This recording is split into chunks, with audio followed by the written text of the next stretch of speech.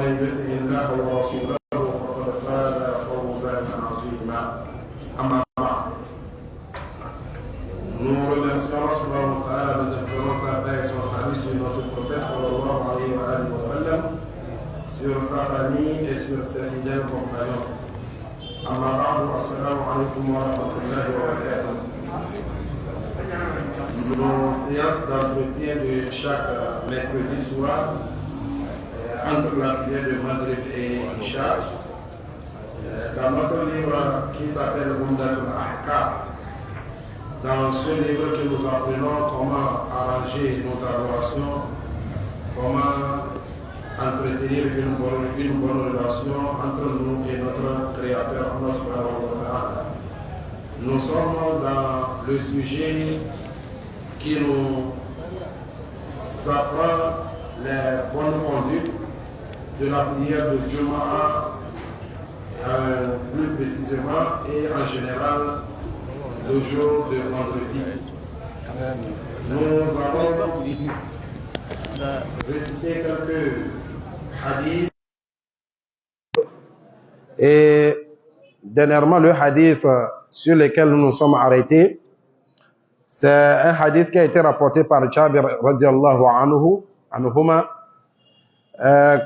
qui nous dit que le prophète sallallahu alayhi wa sallam un vendredi était en train de prêter serment. Soudain, quelqu'un est rentré. Cette personne s'appelle Sulaik al-Giftani. Ce Sulaik al-Giftani qui est rentré et il s'est assis, il a trouvé une place et il est assis. Le prophète sallallahu alayhi wa sallam a mis pause à son sermon et lui a demandé « As-salayta ya fulan » toi qui viens de rentrer, toi qui viens de t'asseoir, tu as prié, tu as fait les 2 rak'at de la salutation de la mosquée. Qala la, il a dit non. Et le prophète sallallahu alayhi wa sallam dit « Kum farka rak'atayni » lève-toi et fais ces 2 rak'at de la salutation de la mosquée.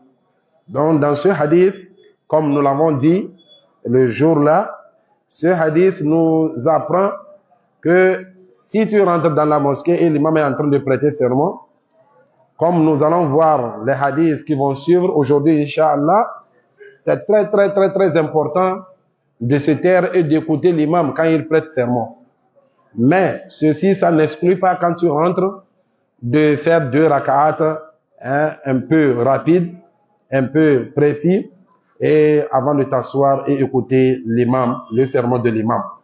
Donc, ça nous prouve aussi que les rak'atayn pour la salutation de la mosquée est une sunna qui est très forte. Voilà le prophète sallallahu alayhi wa sallam, malgré cela, malgré le sermon, il a coupé et il a ordonné à celui-là qui vient de rentrer de faire ces 2 rak'at. Aujourd'hui, notre hadith, al-hadith al-thalith wa thalathun ba'd al-mi'a. C'est notre 133e hadith de ce livre. Ça a été rapporté par Abdullah ibn Umar radiallahu anhuma قال كان رسول الله صلى الله عليه وسلم يخطب خطبتين وهو قائم يفصل بينهما بجلوس. D'après Abdullah, le fils de Umar ibn al-Khattab, que Allah les agrée tous, il dit كان رسول الله صلى الله عليه وسلم, le prophète صلى الله عليه وسلم avait l'habitude يخطب خطبتين, de faire 2 sermons. Le jour de vendredi, le prophète sallallahu alayhi wa sallam prêtait 2 sermons wa huwa qa'imun, en étant debout. Il ne le fait pas assis. Il ne le fait pas assis, mais il prête ces 2 sermons en étant debout. Yafsilu baynahuma bi julusin, et il séparait entre ces 2 sermons avec une légère assise.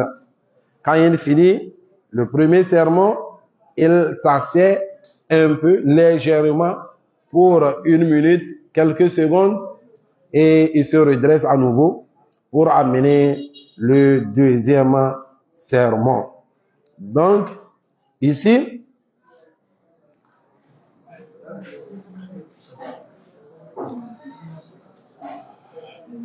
Dans ce hadith, ce que nous pouvons retenir est que le sermon se fait debout. Et le sermon aussi est composé de deux parties. Et ces deux parties, on doit mettre une intermédiaire entre ces deux parties avec une assise. Maintenant, dans cette assise, est-ce qu'il y a une invocation précise à prononcer? Il y a une dua à faire? Non, ça n'a pas été rapporté dans aucun hadith du prophète sallallahu alayhi wa sallam qu'il y a une invocation ou bien un type de dua à prononcer en ce moment-là. Mais souvent nous voyons quand l'imam s'asseye, tu vois les serviteurs, eux tous, ils soulèvent leurs deux mains en commençant par invoquer, en commençant par implorer Allah subhanahu wa ta'ala. Ceci, ça n'a pas été retenu de la sunna du prophète sallallahu alayhi wa sallam qu'on invoque ou bien on implore Allah subhanahu wa ta'ala dans cette ou bien dans ce cas-là ou bien dans cette position-là. Donc seulement que c'est une pause pour mettre la différence entre le premier sermon et le deuxième sermon de l'imam. Ni l'imam, ni ceux-là qui écoutent l'imam n'ont rien à prononcer, n'ont rien à dire en ce moment-là.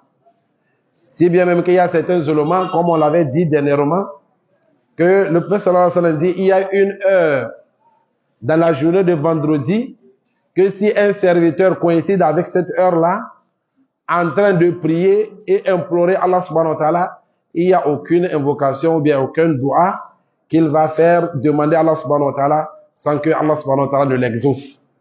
Donc, et nous avons dit que les éléments, ce sont la majorité de ces éléments disent que c'est l'heure à l'approche du coucher du soleil après la prière de Asr. Ce n'est pas au moment où l'imam met une pause, si bien même qu'il y a certains éléments qui ont dit cela. Mais c'est ceux-là qui ont plus d'arguments, ce sont ceux-là qui ont dit que c'est au moment où le soleil veut se coucher, après la prière de Asr, Inch'Allah. Fa'idatun. Qala Ibn al-Qayyim. Ibn al-Qayyim al-Jawzi dit ceci. Kana sallallahu alayhi wa sallam idha khataba ihmarrat aynahu. Le prophète sallallahu alayhi wa sallam, quand il prête sermon, tu vois ses yeux deviennent rouges. Ses yeux deviennent rouges. Wa ala sawtahu, et il élève sa voix, il hausse sa voix. Plus d'habitude. La manière dont il parle d'habitude, il hausse sa voix.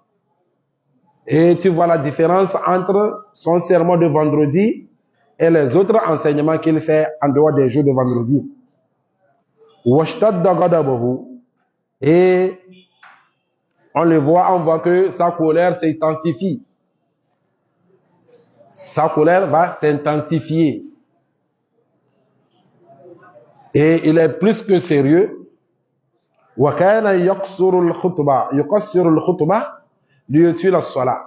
prophète sallallahu alayhi wa sallam avait l'habitude de raccourcir le sermon.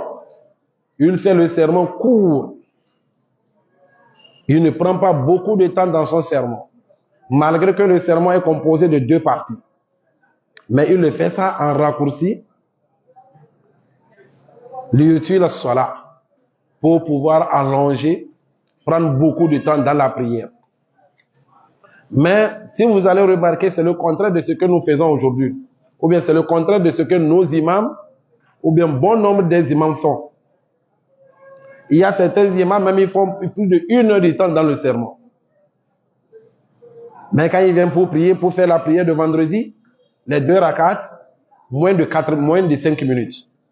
Ça, c'est contraire à la sunna du prophète sallallahu alayhi wa sallam. Plutôt, c'est le sermon qui serait court et la prière serait longue. Mais c'est pas de prendre 1 heure, 1 heure 30, 45 minutes pour prêter sermon et après tout prendre moins de 5 minutes et prier. Ceci c'est contraire, carrément contraire à la sunna du prophète sallallahu alayhi wa sallam. Tous ceux-là qui ont rapporté ces hadiths ont confirmé cela, que le prophète sallallahu alayhi wa sallam, la prière est longue plus que le sermon. Parce que le sermon de vendredi, c'est juste un rappel en bref. C'est un rappel de peut-être de ce qu'il a pu remarquer, de ce que l'imam a pu remarquer de la semaine. Ce que l'imam a pu remarquer de ses serviteurs ou bien de ceux-là qui est leur imam, ceux-là qui prient derrière lui, ce qu'il a pu remarquer d'eux comme des erreurs, comme des fautes, comme des péchés, c'est ça qu'il va en résumer, leur prêcher, leur rappeler de Allah subhanahu wa ta'ala ou bien l'interdiction de cela. Donc, ce n'est pas un moment de donner des cours, non, plutôt les cours sont devancés en avance. Et le vendredi, c'est seulement de se rappeler de tout ce qu'il a une fois enseigné, ceux-là qui l'écoutent d'habitude, et ce qu'ils ont fait dans la semaine, ou bien ce qui s'est passé dans la semaine, il va amener ça dans son sermon pour prêcher, pour rappeler les fidèles de cela. Il dit, le prophèt sallallahu alayhi wa sallam multipliait les dhikr, les invocations dans son sermon. Et le prophète sallallahu alayhi wa sallam choisissait les mots qui sont brefs, mais qui composent beaucoup d'interprétations, qui ont beaucoup de significations.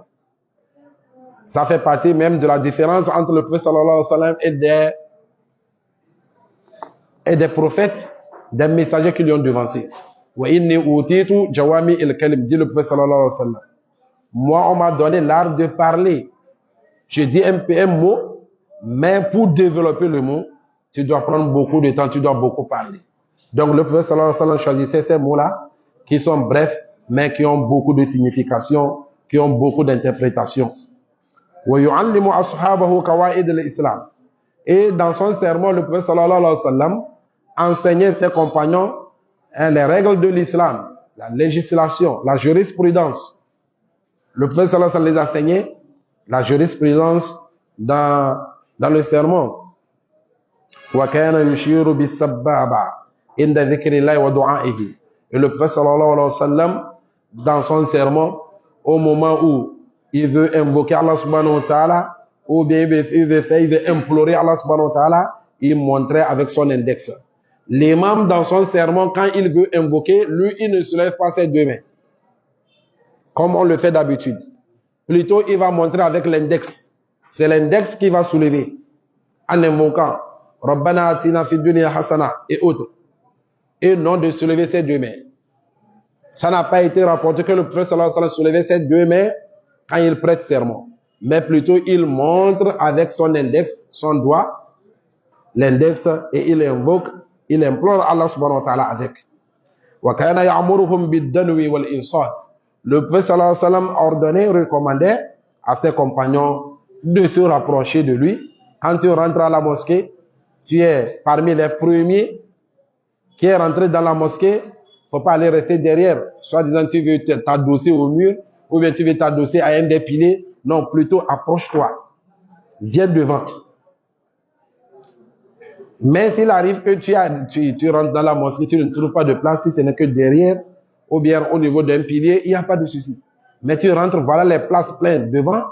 Toi, tu vas loin, derrière, tu t'adosses au mur. Non.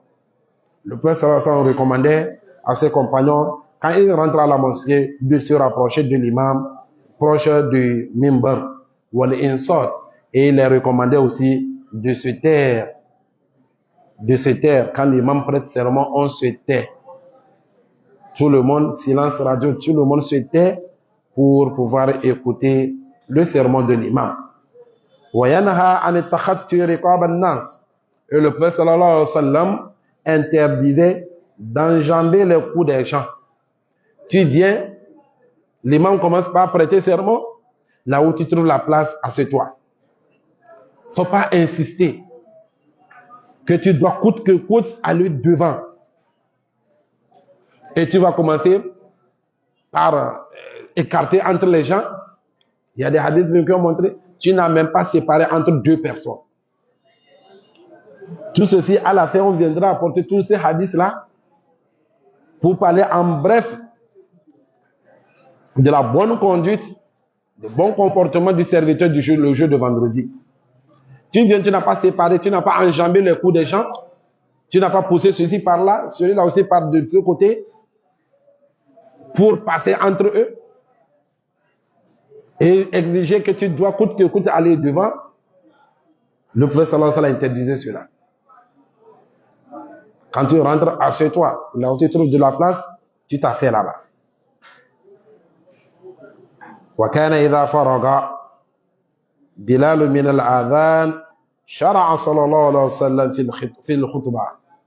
Quand Bilal finit, aussitôt finit l'appel à la prière, le prophète sallallahu alayhi wa sallam, dans l'immédiat, il se lève et commence son sermon. Donc, voilà, Ibn al-Qayyim nous a donné un peu en bref ce qui se fait quand l'imam prête sermon et ce qu'on veut de nous, les serviteurs, ceux-là qui viennent assister à la prière de vendredi, ce qu'il faut faire, ce qu'il ne faut pas faire. Surtout de ne pas parler quand l'imam prête sermon. Voilà le hadith même qui suit, c'est de ça il veut nous parler. Ce hadith qui a été rapporté par Abu Hurairah radiyallahu anhu, anna an-nabiy sallallahu alayhi wa sallam qala, le prophète sallallahu alayhi wa sallam dit, idha qulta li sahibik, si tu dis à ton frère, à ton ami qui est à côté de toi, ensuite tais-toi, il est en train de bavarder, il est en train de parler, il est en train de faire du bruit, toi tu es son ami, tu es à côté de lui, tu dis mon ami, tais-toi. Le prophète sallallahu alayhi wa sallam dit, quand tu dis cela, Yawm al-Jum'a, le jour de vendredi, wal imam yakhtub, or l'imam est en train de prêter serment, faqad lagawta, tu as apporté des paroles inutiles, des paroles qui n'ont pas de sens, et ça t'a coûté ta récompense de vendredi. Dis-le seulement tu auras la récompense de la prière de Zuhr, mais vendredi pour toi c'est fini, tu t'es amusé. C'est un lieu qui, en temps normal, tu devais être au sérieux. Tu devais être au sérieux, mais tu t'es amusé en disant à celui-là qui est à côté de toi de se taire. Et ça, cette parole-là seulement à côté, t'as à côté ton vendredi.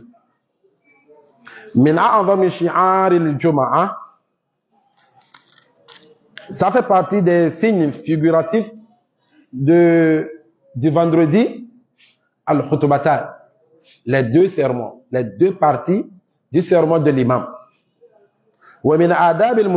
Et ça fait partie des bonnes conduites, le bon comportement de celui-là qui est venu à la prière de vendredi, al-insat, c'est de se taire. Quand tu viens à la prière de vendredi, tu dois te taire. Surtout quand l'imam a commencé son sermon. Et tu dois te taire et écouter l'imam. Pourquoi tu dois te taire? Pour méditer ce prêche-là qu'on est en train de te prêcher. Et de dire aussi Amin aux invocations, au dua de l'imam. Maintenant, quand tu parles, quel message l'imam t'a transmis? Tu as écouté le message? Qu'est-ce qu'il a dit? Tu ne sais pas. Ou bien tu es venu, tu dors. Tu as écouté le message? Non. Quand l'imam invoquait, tu as dit Amin? Non. Walida. Pour cela, حذر النبي صلى الله عليه وسلم من الكلام. Le prophète sallallahu alayhi wa sallam a averti, a mis l'accent sur les paroles, les propos des gens au moment où l'imam est en train de prêter serment. Même si cette parole-là ne coûte rien, si c'est une petite parole, seulement Min nahyi sahibihi anil kalam. Même si c'est pour interdire même ton frère qui est en train de se bavarder, en train de faire du bruit, l'interdire même de lui dire tais-toi. Même si c'est cela. Quand l'imam prêche, toi tu t'es amusé et ça t'a coûté ton vendredi. Donc, ce qu'il faut retenir de ce hadith, l'obligation de se taire pour écouter l'imam le jour de vendredi. C'est une obligation. Tu dois te taire. Mais de nos jours, nous remarquons, il y a certains même, ils sont là, quand leur téléphone sonne, ils se permettent même de sortir même de la mosquée. C'est même pas dehors, il est dans la mosquée. Il sort, il commence par prendre l'appel. Il prend l'appel. Celui-là, il ignore beaucoup sa religion. Et puis il ne sait même pas ce qu'il a amené dans la mosquée. Il ne sait pas ce qu'il a amené le jour, ce qu'il a amené dans la mosquée. Sinon, s'il savait, s'il avait bien considéré sa religion, s'il connaissait l'importance de vendredi et du sermon, s'il connaissait même l'importance de l'endroit où il est, il n'allait même pas sortir de la mosquée. Il n'allait même pas vérifier même son portable, jusqu'à même voir même l'appel, ou bien même plutôt même, il n'allait même pas laisser même son portable allumé, jusqu'à même l'appel ne puisse venir, jusqu'à ce qu'il ne prenne l'appel et sortir de la mosquée. Et d'autres même, tellement qu'ils ignorent cela, ils disent allô, allô, avant même de sortir de la mosquée. Et ils attirent l'attention de tout le monde. D'autres, c'est pas l'ignorance. Ils ne connaissent pas. Ils ne connaissent pas. Peut-être depuis qu'il est musulman, il n'a jamais entendu. Il n'a jamais entendu cela. Il ne sait pas que ça fait partie des mauvaises conduites du jour de vendredi. Et tahrimul kalam hal sama'il khutbah, hal sama'il khutbah wa annahu munafin lil maqam. L'interdiction de parler quand l'imam est en train de prêter son sermon, et cette parole munafin lil maqam, cela est incompatible avec le lieu. Tes propos, tes paroles, se parler ou bien ordonner à quelqu'un de se taire, c'est incompatible avec l'endroit dans lequel tu te retrouves. C'est incompatible avec le temps et l'endroit. C'est pas le moment de parler. C'est pas le moment d'interdire quelqu'un de se taire, de le dire de se taire. C'est incompatible. Ça contredit le moment, ça contredit le temps. Yustasna min hada, mais à l'exception, on a interdit de parler, de dire à quelqu'un de se taire, de se parler entre nous. Mais il y a une exception. Man yukhatibul imam. L'exception, c'est quand toi, qui es assis, tu écoutes l'imam, et tu as une question ou bien une suggestion à faire à l'imam. Ça, autre, toi, tu n'es pas interdit de faire cela. L'imam est en train de prêter serment. Peut-être il a fait une erreur dans les hadiths ou bien dans le verset. Tu peux toutefois lui rappeler. Ou bien tu as une suggestion. Ou bien tu as une question à poser. Tout ceci, c'est autorisé. Et cela, c'est contraire ou bien ça ne va pas avec ce que nous venons de dire. Que quand tu parles, l'imam est en train de prêter serment. Ça t'a coûté ta récompense de vendredi. Non, à l'exception de cela.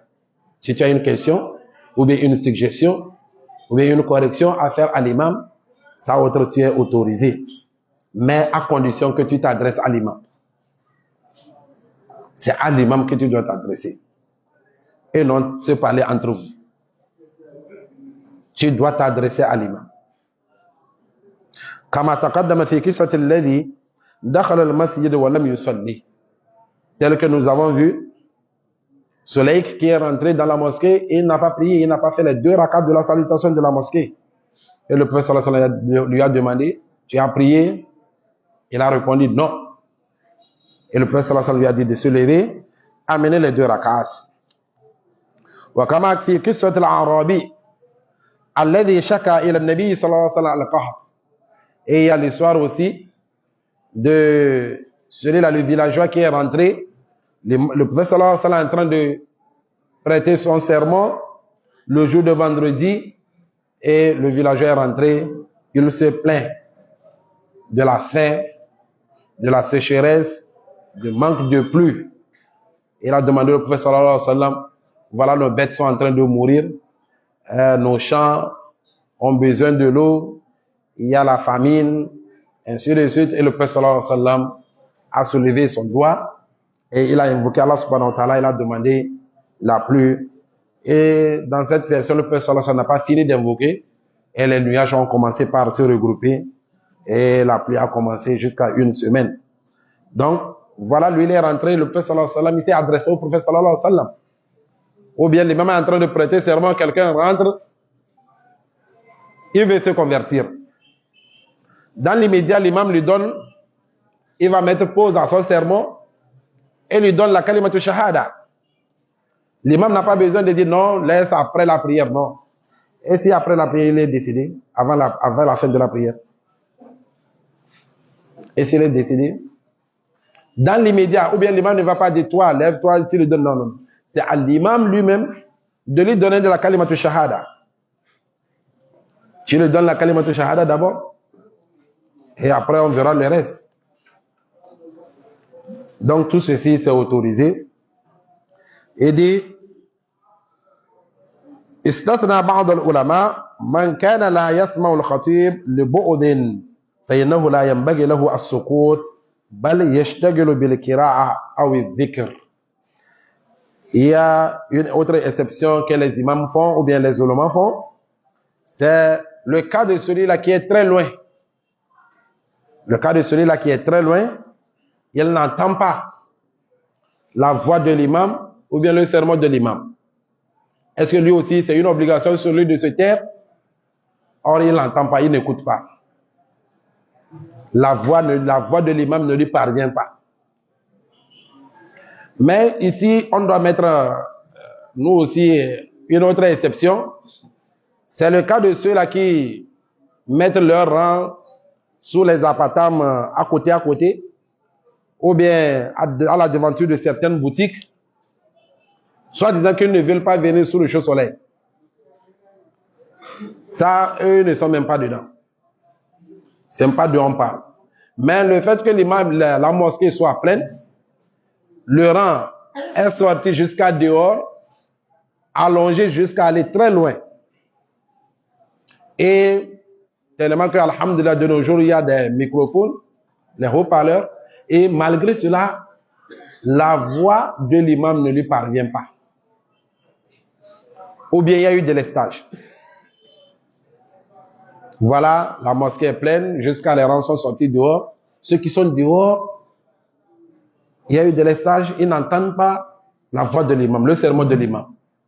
Ceux-là, ils ne sont pas dans l'obligation de se taire, mais plutôt, ils doivent s'occuper. Ces gens-là, ils vont faire les zikrs et ils vont réciter le Saint-Coran au lieu de se taire. Parce qu'on se tait pour écouter. Quand tu t'es tu, est-ce que tu entends quelque chose? Tu n'entends rien.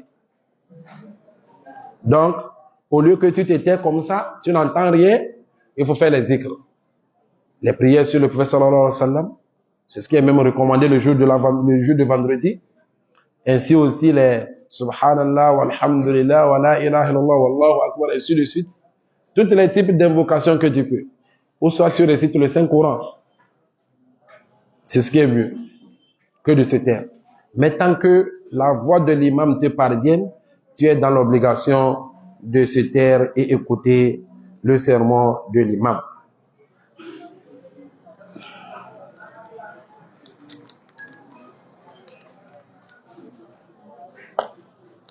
Et il faut aussi se rappeler de quand quelqu'un, on a interdit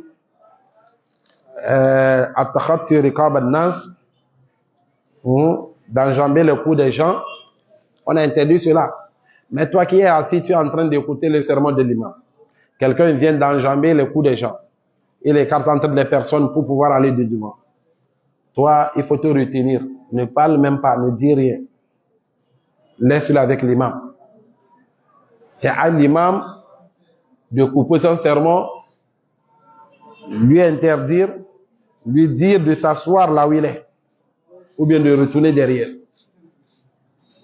Donc faisons très très très attention. Quand la mosquée même est pleine, même dehors, on l'avait dit à propos de Raka'at al-Tahiyyat al-Masjid, les deux Raka'at pour la salutation de la mosquée, si la mosquée est pleine jusqu'à aller dehors, dehors là aussi prend le même hukum que la mosquée.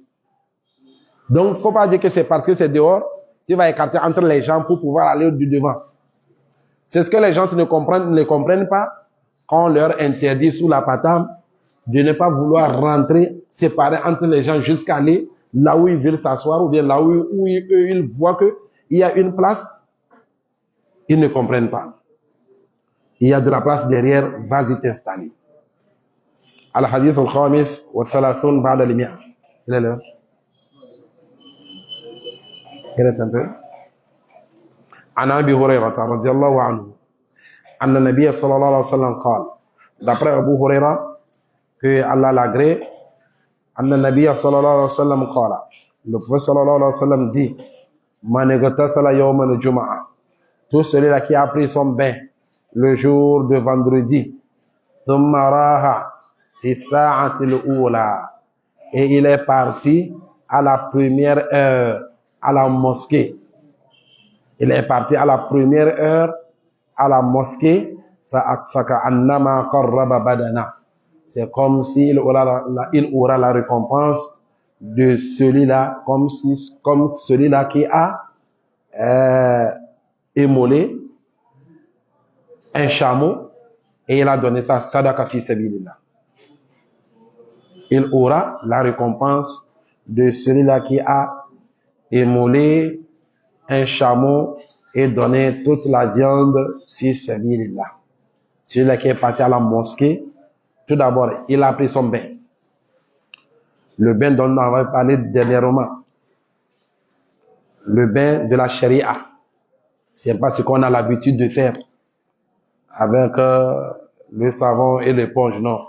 Le bain de janaba, avec l'intention pour la prière de vendredi. Tu prends ton bain et tu quittes chez toi à la maison. Il y a d'autres hadiths, le prophète sallallahu alayhi wa sallam dit, il a marché. Il n'a pas pris un Z ou bien il n'a pas pris voiture ou bien vélo ou bien, non. Il a marché et il est venu à la première heure à la mosquée. Il aura la récompense de celui-là qui a donné la viande d'un chameau, il a émolé un chameau, donné la viande sadaqa. Wa man raha fi sa'ati thaniya.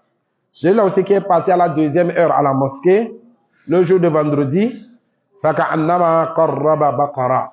Lui aussi, il aura la récompense de celui-là qui a émolé un bœuf et donné toute la viande sadaqa fi sabilillah. Wa man raha fi sa'ati thalitha. Celui-là aussi qui est parti à la troisième heure à la mosquée le jour de vendredi, faka'annama qarraba kabshan akran. C'est comme si celui-là qui a émolé un bélier à cornes et il a donné toute la viande sadaqa fi sabilillah. Wa man raha fi sa'ati rabi'ah. Celui-là aussi qui est parti à la mosquée le jour de vendredi à la quatrième heure, faka'annama qarraba dajaja.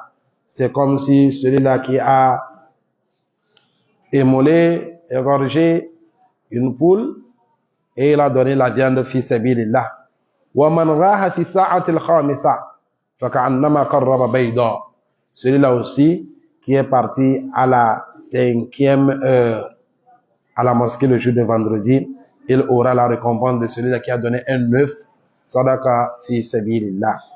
Voilà les 5 heures réparties par le prophète sallallahu alayhi wa sallam à ceux-là qui viennent la prière de vendredi. Le prophète sallallahu alayhi wa sallam continue en disant: فَإِذَا خَرَجَ الْإِمَامُ حَضَرَتِ الْمَلَائِكَةُ يستمعون الذكر. Quand l'imam vient, quand l'imam vient en même temps, hadarat al-malaika. Dans d'autres versions des hadiths, le prophète sallallahu alayhi wa sallam dit, à chaque porte se trouve un ange. À chaque porte de la mosquée se trouve un ange avec un registre dans lequel ils sont en train d'enregistrer les noms de ceux-là qui viennent à la mosquée. Donc, ceux-là qui viennent à la première, leur nom est mentionné dans les registres des anges. Ainsi de suite, jusqu'à la venue de l'imam. Quand l'imam vient en même temps, tous ces anges-là ferment leur registre et eux aussi, ils rentrent dans la mosquée pour écouter le sermon de l'imam. Donc, ceux-là qui vont venir après que l'imam est apparu sur le mimbar, eux, ils n'ont rien. Leur nom n'est pas enregistré. Ils n'ont pas ces récompenses listées ici. Maintenant, qu'en est-il de ceux-là qui attendent qu'on commence par faire Iqama? Ou bien ceux-là qui attendent que l'imam commence par faire les zikr, les invocations? Parce qu'ils savent que quand l'imam commence par dire Rabbana atina fid dunya hasana, les gens disent Amin. Ils savent que maintenant il est l'heure de la prière. C'est en ce moment, si tu es dehors ici, tu vois ceux-là qui sortent du marché. C'est comme si on les a chassés en foule. C'est pitoyable. Même le jour de vendredi, on ne peut même pas venir à la mosquée à l'heure. Au minimum, venons écouter le message de l'imam. C'est la moindre des choses. C'est la moindre des choses. Mais combien parmi nous gagnent la récompense de celui-là qui a émolé un chameau? Peut-être pas. Ça serait très très très difficile. Si on va se référer à comment les ulémas ont départagé ces heures, ils disent, tu vas commencer par compter, à quelle heure l'imam commence le sermon? À quelle heure l'imam apparaît sur le mimbar? Par exemple, nous ici, c'est à midi. Tu vas prendre de midi, ou bien du lever du soleil jusqu'à midi. Le soleil se lève à quelle heure? Déjà même 6 heures. 6 heures, même si nous disons 7 heures. De 7 heures à midi, il y a 5 heures. Maintenant, on dit de 7 heures à 8 heures. Toi qui viens à la mosquée le jour de vendredi. Est-ce qu'à ce moment, tu t'es réveillé même? Donc, ceux-là qui viennent même, qui voient même, qui viennent à l'heure, qui viennent vite même, c'est à 11 heures. C'est à 11 heures. Ce sont ceux-là qui auront la récompense de l'œuf. De l'œuf. Maintenant, qui vient à la mosquée de 7 heures à 8 heures? Même disons, ok, même si on dit c'est à 8 heures que le soleil se lève, malgré même cela, qui vient à la mosquée à 9 heures? Voilà, donc la majorité, ceux qui font plus d'efforts, ce sont ceux-là qui auront la récompense d'un poulet, hein, de la poule quand il va faire sadaka, ceux-là qui viennent à 10 heures. Il y en a certains qui viennent à 10 heures. Donc, mais bon nombre, c'est ceux-là qui ont la récompense de quoi? De l'œuf. Donc, c'est comme ça les éléments ont reparti. Donc, tu arrives, hein? Il est là. Donc, nous allons nous arrêter ici et prochainement laisser les leçons à retenir de ce hadith, Inch'Allah. Que Allah subhanahu wa ta'ala nous assiste. Hein? Ouais. Oui. Oui. Oui.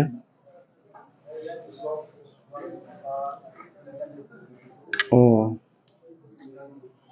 Mm-hmm. Mm. Mm. Mm.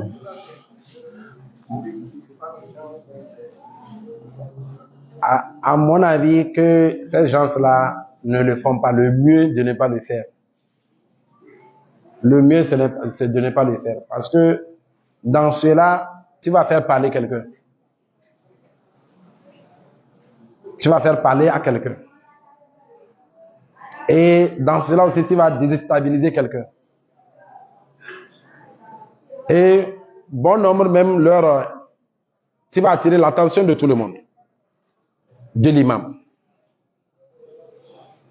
L'attention de tout le monde de l'imam. Le mieux, c'est pour cela le prophète ordonnant la lisa. Le prophète ordonné de faire quoi? De se rapprocher. C'est la mauvaise compréhension de nous tous. En temps normal, quand tu viens à la mosquée, c'est à toi de te rapprocher avant même l'arrivée de l'imam. Mais nous-mêmes, tellement qu'on ne comprend pas, voilà par exemple notre imam qui est assis, voilà notre frère, voilà l'espace, quelqu'un veut venir intégrer, il voit que non, c'est pour le déranger, que tu me sers. Non, on est venu pour une adoration. Tu n'es pas dans ton salon. Donc plutôt ceux-là qui viennent vite, c'est à eux dans l'immédiat de compléter les rangs qui sont devant. Dans l'immédiat.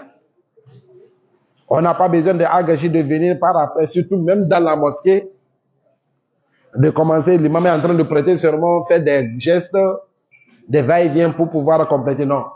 Quand ils vont se lever, ils vont compléter les rangs. Ils ne vont pas prier comme ça. Donc le mieux, ceux-là, ils n'ont qu'à laisser les gens comme ça jusqu'à la fin du sermon de l'imam. C'est ça, moi, ma compréhension. Qu'Allah subhanahu wa ta'ala nous aide. Oui. Oui.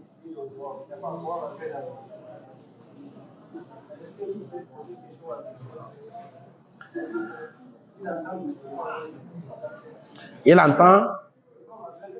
Oui.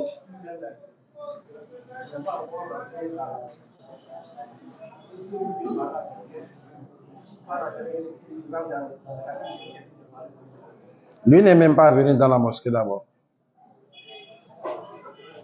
Il n'est même pas dans la mosquée d'abord.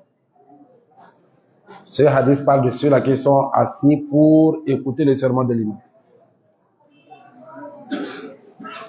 C'est bon? Qu'Allah subhanahu wa ta'ala nous assiste. Subhanakallahumma bihamdika ashhadu an la ilaha illa anta astaghfiruka wa atubu ilayk. Assalamu alaikum.